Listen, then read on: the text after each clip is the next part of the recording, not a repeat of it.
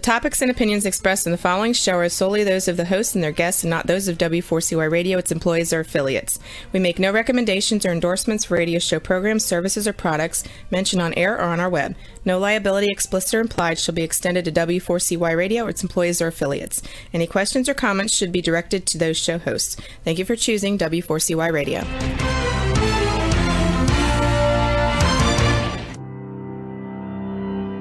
Welcome to Leadership for Life with Gina Gardner on W4CY Radio and Talk4 TV. Join your host, who is a multiple #1 international best-selling author, motivational speaker, empowerment and transformational leadership coach and trainer. She's the founder of Genuinely Hyphen You and has 30 years experience of helping people step into their genuine, authentic power. And now, here is Gina Gardner, your host of Leadership for Life. Hello there and welcome to today's show. Really excited. Got a great guest for you, Michael Anderson. I want you to think about the way in which you think. Our mindset has the most amazing impact on the quality of our life, and yet most people don't think about their mindset. They don't think about the way they think, their thoughts, because most of their thoughts are unconscious, they're habitual. And you'll recognize that I've spoken many times about this, some research which shows 95% of our thoughts are habitual. But before I get started with that, I'd like to remind those of you that are watching or listening that we are very, very proud to be members of B1G1, Buy One, Give One. And if you choose to make a comment or ask a question during a live show, or you email us after the show having listened to a replay, then we will donate on your behalf either Meals for the Hungry, education, health, or something towards helping the environment. And just put the first couple of letters of each of those themes to what you would like us to donate to on your behalf. So let's get started. The quality of your thinking. Now, that's really important just in terms of your daily life. But if you're leading other people, that becomes even more crucial. And after the first section, Michael's going to come in with us, and he has such a wealth of experience, and he's going to share that with us. But I'd like to spend this first few minutes about thinking about how you can impact on the quality of your life through the quality of your thoughts. And I want to share with you 2 or 3 examples that have come up this week talking to different clients, and how a change of thinking, a change of perspective has made all of the difference. So I was working with a client early in the week, and that client was talking about the fact that she felt that she was being wasted, that she didn't know what she wanted to do, that she had a sense that there was a big purpose, but she didn't know what it was, and that the work that she was doing, that she felt undervalued, underpaid, although she quite enjoyed it. And we started off by me asking her, what did she think that her purpose was? What did that involve? What did she enjoy doing? What was she passionate about?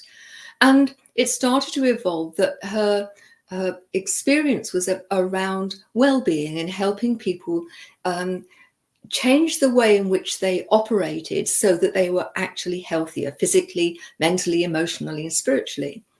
And that she was working in the context of a local government and supporting people with mental ill health and signposting them. When we started to think about what she was doing, rather than it being seen as, well, it's not quite what I want to do, and I don't think I've got the freedom to do what I want to do, and I'm not getting paid enough. And we started to think about how she could maximize that experience. The mindset started to shift from, this isn't good enough, I feel dissatisfied, to, this is an opportunity for me to develop a range of skills that will help me if I decide to open my own business or I go to work as a consultant for someone else. And then we started to think about how could she maximize that experience while she was there so that she was ready when she wanted to make her move.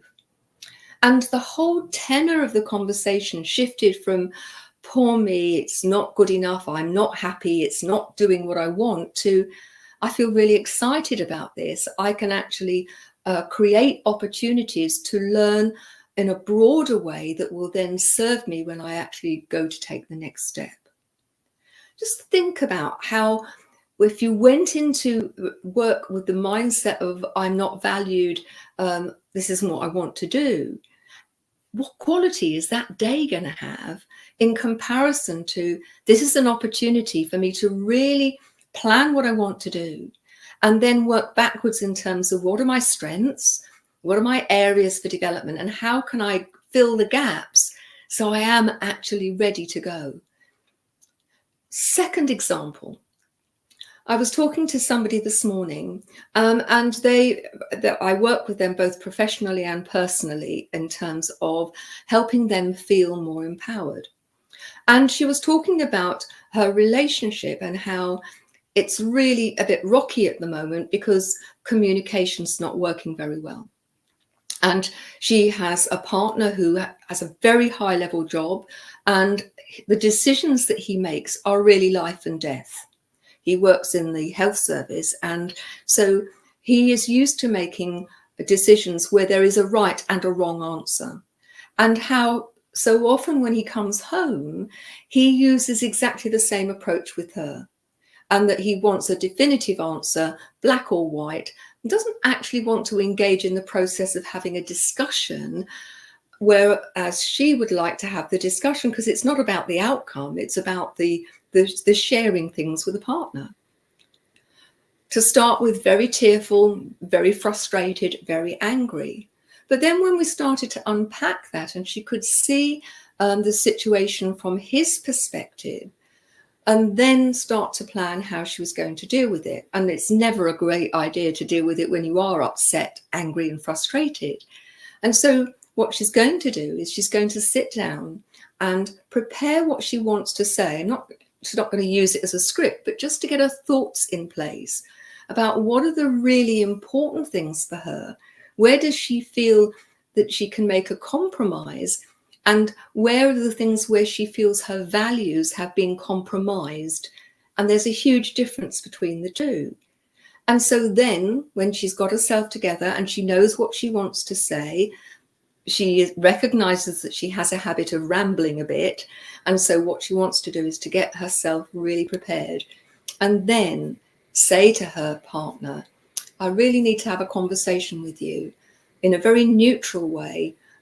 She can then set the scene and say, I'd like you to hear me out. This is not complaining about you, but I need you to know how I'm feeling. Her mindset shifted from victim, poor me, to I have the opportunity to do something differently. And if I do something differently, then I'm likely to get a different result. And the third example of mindset that I'd like to share with you is I was involved in a conversation today on Clubhouse around giving presentations. And we were sharing experiences and sharing tips. And, one of the things that struck me is how often the tips were around how you shift your perspective from being frightened and having stage fright to being able to recognize that the anticipation and that bit of adrenaline is really helpful, but it's the interpretation that you put on it. So if your interpretation is, I've got that freeze on of excitement and it's going to keep me on my toes and it's going to mean I give a great performance, or I'm absolutely scared and this isn't going to go well. And I'd ask you the question, if you think about both sets of thinking, the outcome is almost a done deal. So if you think that I'm frightened, it's not going to go well, that's what you'll get. If it's I'm feeling excited and I've got enough adrenaline going to make sure I give a great performance, you are more likely to give a great performance. So I would suggest to you, think about your mindset. Think about those habitual thoughts and whether they empower you or whether they get in the way. We're going to go for a short break now. And when we come back, we're going to be talking about mindset and leadership. And I'll be really thrilled to introduce my guest to you. So see you in a minute.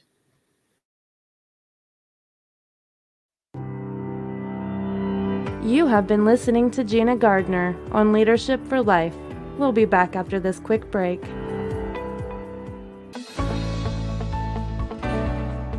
Want to get the best out of life personally and professionally? Are you ready to step into a life which excites and fulfills you? Well, the right place for you is Leadership for Life with Gina Gardner on W4CY Radio and Talk4 TV. We will share with you stories from inspiring people, a wide range of guest experts, and lots of practical strategies to help you get the very best out of your personal and professional life. Leadership for Life is a radio and TV show focused on helping you live a happier, more successful, and fulfilling life. Join international best-selling author, motivational speaker, empowerment and transformational leadership coach and trainer, Gina Gardner, live every Thursday, 1 p.m. Eastern Time on W4CY Radio and Talk4 TV. Become the leader of your own life. Gina Gardner's #1 international best-selling book, Thriving Not Surviving, The 5 Secret Pathways to Happiness, Success, and Fulfillment, provides you with the foundational principles on which to become the best leader of your own life. It's available as an ebook, paperback, hardback, and as an audio from genuinely-u.com, or also from Amazon. Every one of the principles have been proven to work for the countless people who have used them, including the author. Now, let's put them to work for you. If you're ready to discover your true leadership life design, accelerate your journey with an invitation to join Gina for Leadership for Life VIP Day. Choose your journey of self-discovery where Gina will help you navigate your way to happiness, success, and fulfillment. To find out more, email gina@genuinely-u.com. Welcome back to Leadership for Life. Here is your host, Gina Gardner. Hello there. I'd like to introduce to you Michael Anderson, and I'm going to read his bio. And as you know, I read them because I don't want to miss anything out. Michael Anderson has a unique background as he's founded, scaled, and exited 3 enterprise software companies when he lived in California.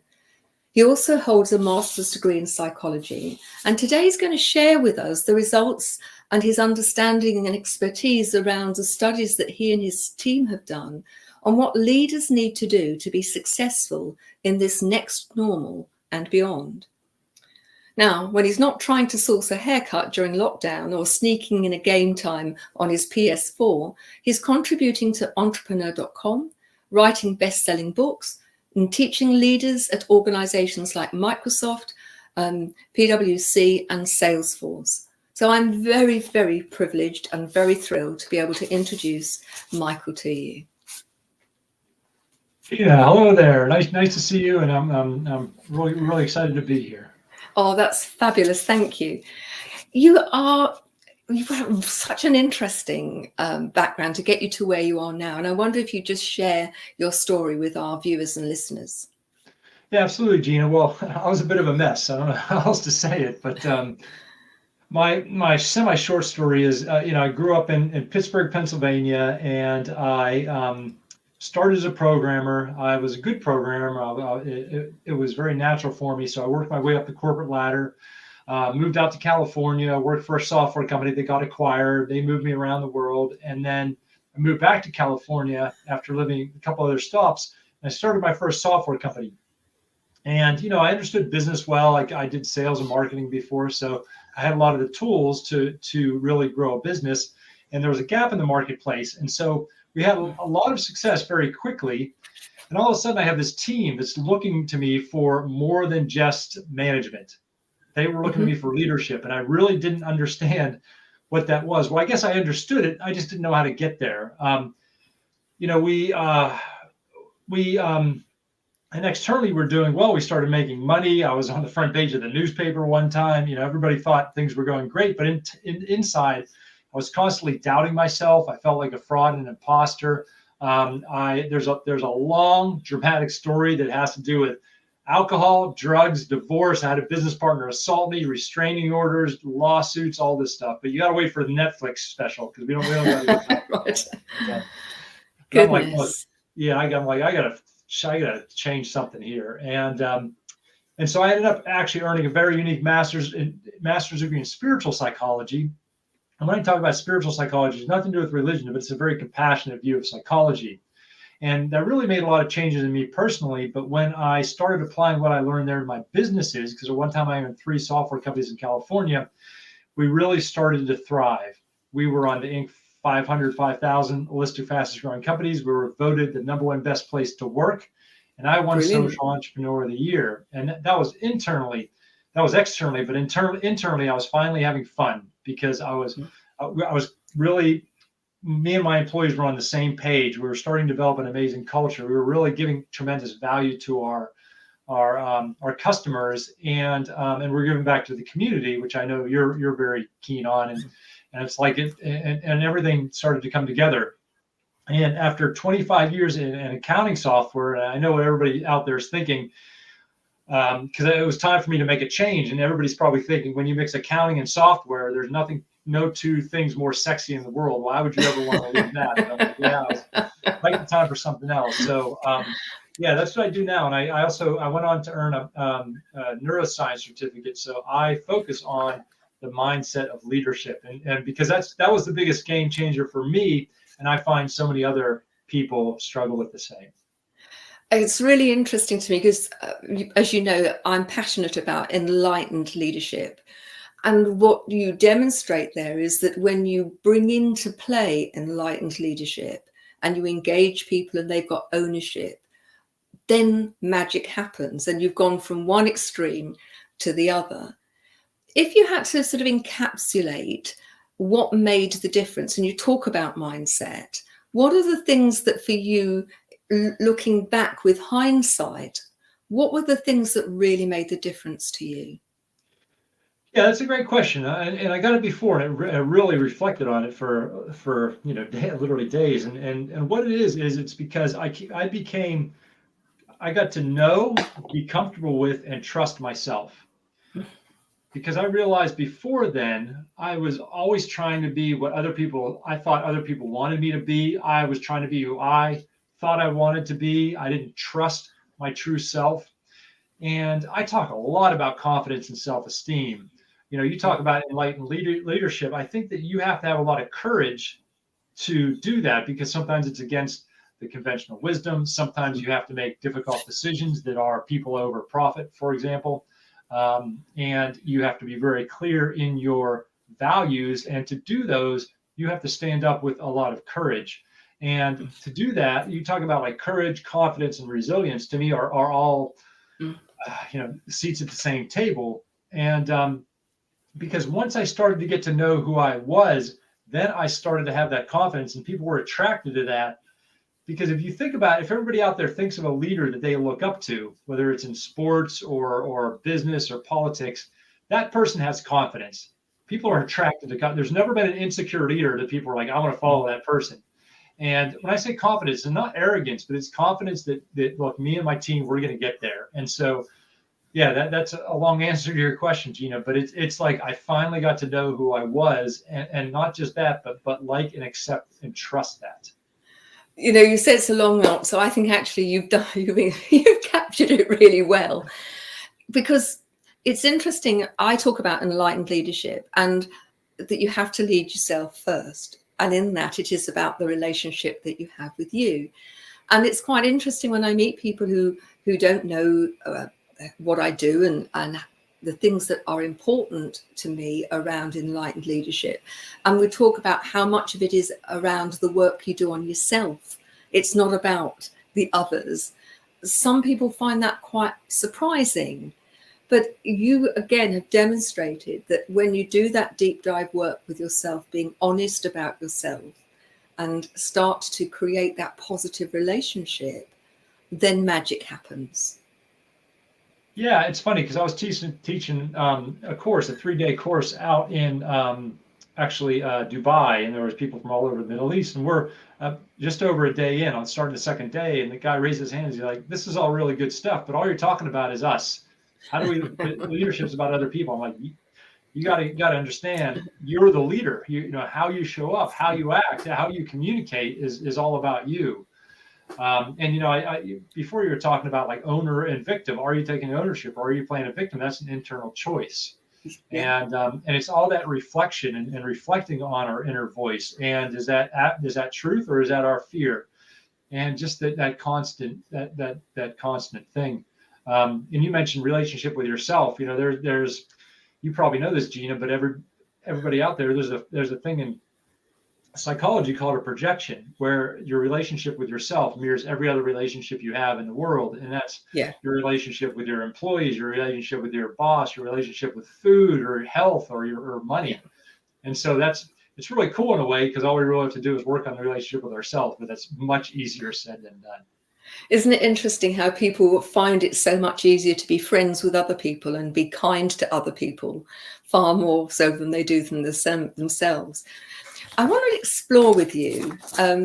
I've taken this off your website, and it says that stepping into a leadership role isn't simple, and in most cases, it isn't natural. What do you mean by that? Well, I'm going to do a longer one on this. I probably want to do a TED talk or something. And I talk about how leadership's like dining naked. If you could picture yourself at a fancy restaurant with all the people you respect and you would walk in naked, that's more natural than leadership. Because if you think about how we're taught things, first of all, we're taught things by seeing it mirrored to us. So Yeah. who are, in your first 5, 10, 20 years, you pretty much see your parents. I mean, were your parents really great leaders from a standpoint? Were they very patient? Did they coach you and everything? Probably not. It's nothing to do with your parents, but they probably weren't like great coaches of coaching you through things. So you didn't get it there. And then how much in your formative years between 0 and 25 were you in a leadership position? Probably about 20 hours or 100 hours. 0.001% of your time you're in a leadership. All the rest, you've been a follower. And so here it is. And then if you take that and most people get into leadership because they're good doers, and then all of a sudden we're asked to be. If I'm a good programmer, project manager, I'm analytic, I'm good at the software, or I'm good at managing things, and all of a sudden it's about having a vision, having a culture, communicating, challenging people in a positive way. A whole bunch of skill sets that were never taught, and that's why I say that it's more natural to walk into a fancy restaurant with your friends stark naked than it is to be a leadership, because nothing has prepared you. Nothing has prepared you for your leadership role. You're so right in terms of how many people are good salespeople or good technicians, and they're given that role, and they so often learn in the first instance, as you did, how not to do it in order to think what's going wrong. Sadly, lots of people never ever get beyond the point of doing it all the wrong way and don't actually self-reflect. I look at what's going on around the world, and one of the things that concerns me and why I'm so passionate about my mission, which is to engage people in a different way so that they lead in an enlightened way, is you see the fallout when leadership goes wrong. See the pain for the leader and for their team and their families, that in terms of the stress and the broken relationships and so on. And I find it quite interesting that when I run many leadership courses and I ask people what makes a great leader, there'll often be a sort of hiatus while they think about that, and they'll come up with one or two things. Ask them, so what makes a bad leader? And they'll go on for days and they'll give you this whole list of things that they've experienced that didn't work. And then when you start to flip it on the head and say, well, if that's the bad, what would make it good? How would that look like in real terms? They start to see how those behaviors that they engage in on a day-by-day basis can shift and change. Yeah. So, sorry, go ahead. No, I was going to say, in terms of the things that you have to unlearn, I'm fascinated by this idea of unlearning the conditioning that people have gone through. What do you think what are your top things that need to be unlearned? For the people that are somewhat new to leadership, maybe 5 years or less in, because I think after that you start to pick it up, whether you get training or coaching or not. The biggest thing is from being tactical to strategic. And well, I guess there's a couple now. Another good question, because I'm thinking there's a lot. Because tactical to strategic. So your job normally, again, if you're a marketing person or an accounting person, your job was to be tactical to do things. And what happened is when something would come in, you probably got promoted to leadership because you would take ownership of it and do it because you're a good doer. You would work hard, you're smart, you figure it out, right? Now, when something comes in, you have to think, how does this affect our strategy? Who should this go to? And you have to think strategically. You can't react anymore. You have to put some reflection on it. You have to say, so if I give it to this person, how's that going to affect? You have to have systems thinking around that. Also, you're there to manage risk, because I think when you're a doer, you're there to reduce risk. Yeah. When I was a programmer, I didn't want risk, but if you try to reduce all risk when you're a leader, you're going to go crazy. You have to understand and learn how to manage the risk as well as time. I find that people normally, when they're in their doer roles, they work off a pretty tight to-do list, and they're used to being maybe very analytical and doing a great job at everything.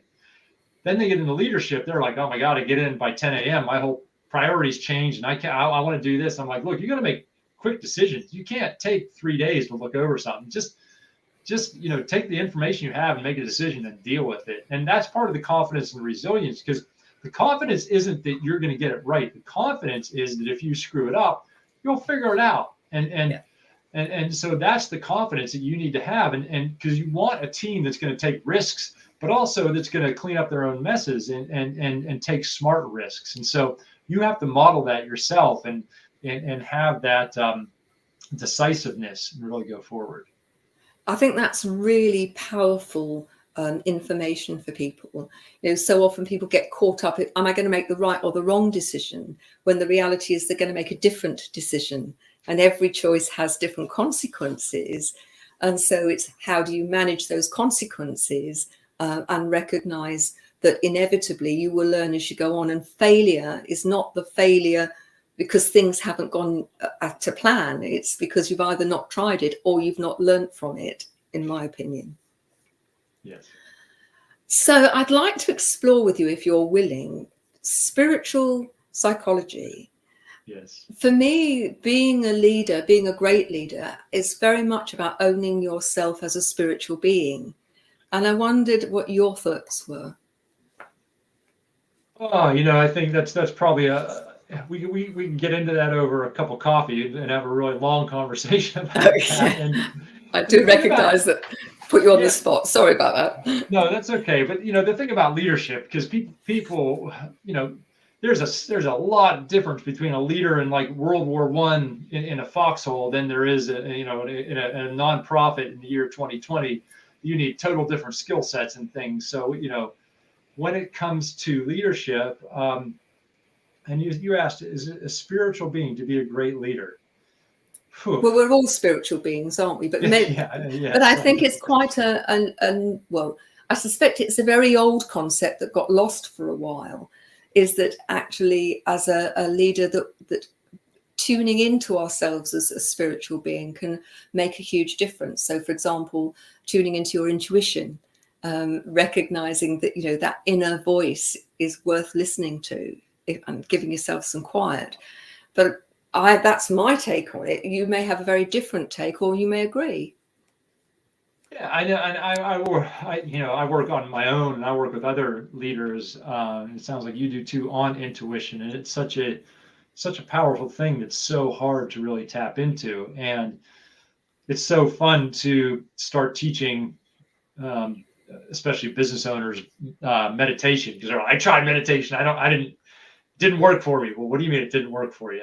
That's and just going through. And everybody out there, if you've tried meditation, you think it doesn't work for you. Let me ask you: the first time you ever went running, were you really, really fast? I mean, it's just like anything else. You have to build up. You have to build up to it. But just slowing down. And I think there's that adage. I don't even know where it came from. Speed up by slowing down is one of the most important things that I've learned as a person and as a leader. because that's really where the wisdom comes. And I will get when I'm taking a walk or taking some time out, I'll realize that I can make one simple decision and save myself hundreds of hours or, hundreds of thousands of dollars with a simple type of thing. I think when you ask about the spirituality, that is a really interesting question. And I think for me, what it does is it brings in some of, you call it enlightened or conscious leadership, to a whole nother level. And it also helps me with my resilience and purpose. It's such a simple but strong thing to look at quote unquote failures as lessons. And to me, my personal spiritual beliefs let me do that with such a power that it's almost fun, and it's almost joyful, because I can do that. And that's there's so much to that. It's interesting, isn't it? Because I think that once you take on board that failure is the opportunity to learn, in the same way I don't believe that there's such a thing as a negative emotion, that there are emotions that are uncomfortable and there are emotions where the vibration is low, but they're there to give us a message. And sometimes, they start off by giving you a little tap, and then they give you a slap, and then they give you a kick up the bottom until you start to listen. So you tend to get the same lessons over and over again. But ultimately, I think that when we do tap into who we are and recognize that, we have such inner power when we tune in, and whether you do that through meditation, for me, it's gardening, getting out there in nature, where I feel most connected. And people think it may be pink and fluffy, but Warren Buffett talks about the fact he didn't listen to his intuition early on in his career, and it cost him $1 billion.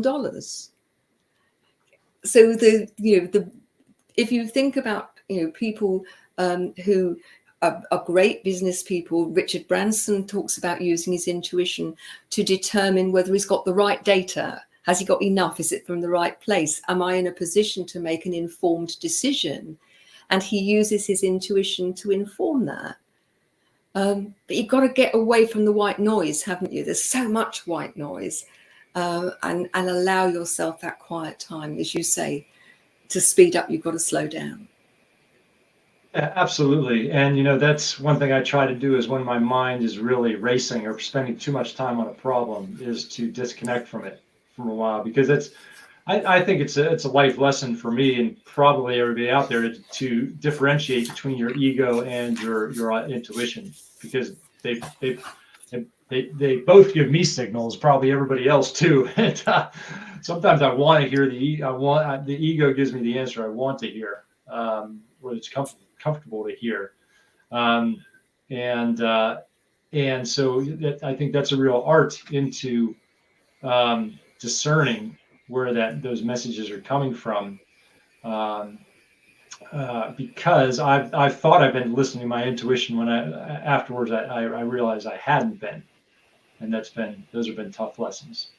I think that's a really interesting differentiation, and I think for a lot of people who listening to your inner wisdom in itself is quite a new concept for them, that differentiating between ego and what's the right thing to do. And for me, enlightened leadership comes with courage, compassion, and huge integrity. And I think that if you know what your core values are, then putting whatever it's coming up against your core values, and is there a match? And if there's a great match, then I don't know, does that make it more likely to be your intuition than your ego? I suspect so, but I don't know. I think it's something I'm going to have to try out and use that measure. So if something matches your values doesn't mean it's the right thing for you to do at this time. So I think that's very true. That has to do with it. But I also think there's like another level of like, is this, one of my spiritual teachers says, is this a sacred yes? Is this my yes to do? And how, and you may not be able to answer this, but do you have a way of feeling into which is which? Well, I had a lady who coached me, Nicola Farma, who's amazing, very, very spiritual person. She said, She's been on the show. She's a good friend. "Oh, really? Maybe, Yeah. Anyway, we're in this tight circle with my wife. Everybody knows. She told me that, look, your intuition is either going to say yes, no, or give you nothing. Means you're going to make a decision." I'm like, "Oh, that's cool." So it doesn't always give you an answer, first of all. Second is, if it asks, if the voice says, "But what if?" That's your ego. So, should I buy this company? Well, what if? Well, that's not that's your ego, because your ego is always going to say, "What if this happens? What if your intuition is just going to say, yes, you should, or no, you shouldn't, or make the decision." I was like, wow, that's profound. And I've been playing with that a lot. That sounds like a really good starting point. For me, and I'm not sure whether how it's been effective so far, but I can't say it's a done deal. If it's my intuition, then it feels light. There's a brightness to it. And if it's my ego, it's heavy. And so if I allow myself to take a step back and tune in, then I can differentiate for the most part between something that feels light, and I mean not only light in weight, but light in brightness. Then it's something that I would tend to trust. Oh, that's beautiful. That's beautiful. So tell me, how do you work with people, and how can people find out about you? Yeah, I run leadership masterminds specifically on mindset, normally twice a year, starting around January, about halfway through. My new book is Leadership Mindset 2.0, and I'm working on that right now. And so my name is, I go by R. Michael Anderson, because Michael Anderson isn't Googleable because there's too many Michael Andersons. So I threw my first name, which is Robert, if anybody is curious. And so it's just rmichaelanderson.com, or if they want to get on the pre-release for my book, it's leadershipmindsetthebook.com, or you can just drop me a note through any of the social media or my website or whatever, and I'll send you in the right direction. Brilliant. And we'll have all of those details on the show notes so people can find them too. Every guest that comes on the show, that we ask them to choose one of 3 projects. We have 3 different projects a month, and we donate on their behalf to B1G1. And you've chosen project number 1, which is all about education. And for January, rather than it be an education project for a specific school or a specific organization, this is going to go into a world fund where the recognition is that quality education makes all the difference. And they've got a whole range of projects around the world giving not only children but adults the opportunity to get themselves out of poverty through education. And we'll be making a donation on your behalf. Oh, amazing. Thank you so much. Well, thank you. So, but just before we go into the break, is there anything that I've not given you the opportunity to speak about or to say that you'd like to share with the audience, or a pearl of wisdom that you'd like to leave us with? I would just say, look, if you're a leader and you're struggling with it, then welcome to the club. It's hard being a leader. You probably did not get a lot of training. You probably did not get the support. But get that support yourself. People like Gina is amazing at doing things like that. But you're not meant to just, this thing of just getting promoted or starting a business and it being really natural is a fallacy. It does not exist. So if you are struggling, that means you're ready to learn, and just go out there and get the support you need. Michael, it just remains for me to say a huge thank you for joining us. It's been a delight. I look forward to carrying on the conversation over a cup of coffee at some point. Thank you so much. Don't go away. After the short break, we will have the last few minutes of the show, so there's still some more to come. But Michael, thank you. Thanks.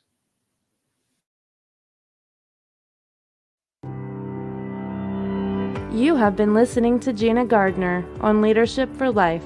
We'll be back after this quick break.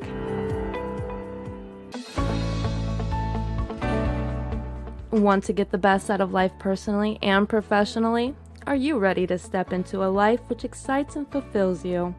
Well, the right place for you is Leadership for Life with Gina Gardner on W4CY Radio and Talk4 TV. We will share with you stories from inspiring people, a wide range of guest experts, and lots of practical strategies to help you get the very best out of your personal and professional life. Leadership for Life is a radio and TV show focused on helping you live a happier, more successful, and fulfilling life. Join international best-selling author, motivational speaker, empowerment and transformational leadership coach and trainer, Gina Gardner, live every Thursday, 1 p.m. Eastern Time on W4CY Radio and Talk4 TV. Become the leader of your own life. Gina Gardner's #1 international best-selling book, Thriving Not Surviving, The 5 Secret Pathways to Happiness, Success, and Fulfillment, provides you with the foundational principles on which to become the best leader of your own life. It's available as an ebook, paperback, hardback, and as an audio from genuinely-u.com, or also from Amazon. Every one of the principles have been proven to work for the countless people who have used them, including the author. Now, let's put them to work for you. If you're ready to discover your true leadership life design, accelerate your journey with an invitation to join Gina for Leadership for Life VIP Day. Choose your journey of self-discovery where Gina will help you navigate your way to happiness, success, and fulfillment. To find out more, email gina@genuinely-u.com. Welcome back to Leadership for Life. Here is your host, Gina Gardner. Hi there. Mindset is so important, as we've just been talking about, but recognizing that you are the leader in your own life. So whether you're leading other people in a professional way, or you're part of your family, or with your friends and your neighbors, you have a huge opportunity to develop yourself as a leader within that situation by, in the first instance, having the right mindset to get the best out of life and leading yourself. So I'm going to set you a challenge, and that challenge is for you to really watch how you operate over the next few days and look at how often you fall into the role of trying to please other people, trying to do things because you don't want other people to think badly of you, even though you may think it's not quite the right thing to do. And just be aware of your mindset and your actions as a result of that mindset. But I'd like to spend the last few minutes of the program talking to you about an opportunity that I've put together for people who are emerging leaders, really, people who may have been given that promotion and have been given a group of people to lead because they are a great programmer, or they're a great salesperson, or they're a great technician. And you've then been given the job of working with people and trying to lead them. And it feels as if you're trying to herd cats. Or you are a middle manager and you really want to take things to the next level. And what I'm going to do, and it's a unique opportunity, is it's a 7-week program. I'm not going to charge for the program at all, but it involves 7 of my intentional journals, and they're all very reasonable. They're available on Amazon. None of them are more than $10, or in English pounds, it's about £6.50. And we're going to use each week, we're going to use the journals as a way in to talk about the principles and the values of great leadership. And then you'll still have the intentional journals and workbooks to use after the program. But we're going to be using those as the way to catapult your progress as a leader, an enlightened leader, someone who leads other people well, because you're reflective and because you have the confidence to do that. And if you're interested in that, then please do email me at gina@genuinely-u.com. That's gina@genuinely-u.com. And if you're interested in the workbooks, then they're all available on amazon.com or .co.uk. Just look for Gina Gardner and you'll see that there's a whole range of leadership intentional workbooks that have got an introduction, and then they have a question or something to think about each day for 30 days or so to help you really do that internal work. But part of doing this is that giving people the opportunity to do that work, but within a group, and having me there to help guide you, and just to see how far you can take your thinking, and how far you can shift your mindset during that 7-week program. So Gina at genuinely-you.com, and come and join me, and we'll be setting that off about halfway through February. So give us a shout if you're interested. But either way, go and have a look at the books on Amazon.com and see what's there. So, thinking about the way in which you operate. Now, people think about leaders, and they think about leaders of the country, leaders of big companies, business leaders. But if you're a parent, if you have a partner, if you have friends, recognize that you have the capacity to be the leader within that framework, within that relationship, if you choose to. And you can see this as an opportunity to grow. Now, when we're talking about looking at how you operate, looking at your mindset, remember always, and I speak about this a lot, no judgment. This is not about beating yourself up and saying, I'm not good at this or I'm not good at that, but just recognizing the pattern. Because once you have that awareness, then you have the capacity to make a choice, and that choice is to keep doing the same thing and you'll get the same result, or to do something different. You know, we're well through January, and this year is going to be, I think, a pivotal year.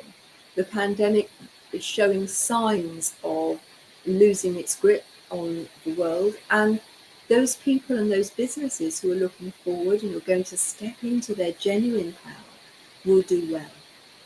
So I'd like you to think about how you show up on a day-by-day basis, how your mindset helps or not, and ask the question, how do I help myself grow and step into my genuine power and be the leader of my own life?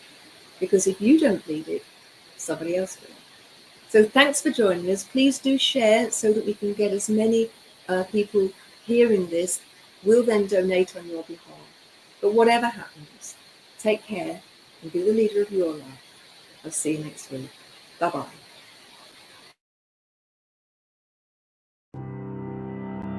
You have been listening to The Leadership for Life with your host, Gina Gardner. Make sure you tune in to W4CY Radio and Talk 4 TV next Thursday and every Thursday at 1 p.m. Eastern Time for more Leadership for Life. If you missed any part of this episode or just want to hear or see it again, you can find the archive of the TV show on Talk 4 TV's YouTube channel and the podcast of The Leadership for Life on iHeartRadio, Pandora, Spotify, Amazon Music, and wherever you listen to your podcast.